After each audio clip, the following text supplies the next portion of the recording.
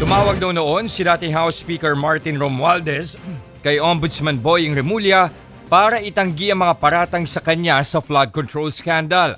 Sa kabila niyan, posible pa rin daw maghain ng Ombudsman ng kaso laban kay Romualdez. Narito ang report ni JC Cosico. May siniwalat sa isang forum si Ombudsman Boying Remulla. Tumawag daw sa kanya noon si dating House Speaker Martin Romualdez matapos siyang masangkot sa flood control scandal. Itinanggi raw ni Romualdez ang mga akusasyon sa kanya. Kabra ni Remulla si Romualdez sa fraternity at mayroon daw silang malapit na relasyon. I answered this call once because we respect each other. Well, he was trying to explain his side that he had no hand in many things. But that's all I can remember. Anong sagot? Wala, just, di ba? We just follow the evidence. Pagkatapos ng tawag na yan, hindi na raw muling kinausap ni Remulla si Romualdez. Gusto raw kasing tutukan ni Remulla ang issue.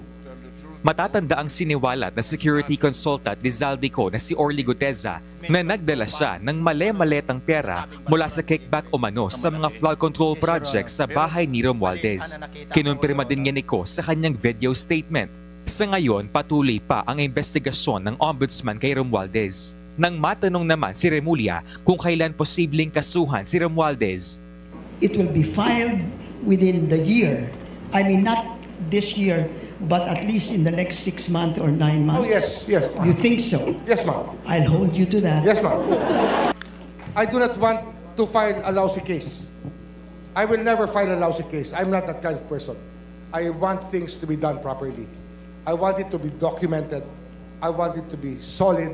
Una na ring sinabi ni Remulla na iimbestigahan din ng Ombudsman ang mga pangalang binanggit niko sa video, kabilang si Pangulong Bongbong Marcos. The revelations are fresh and we're checking on everything.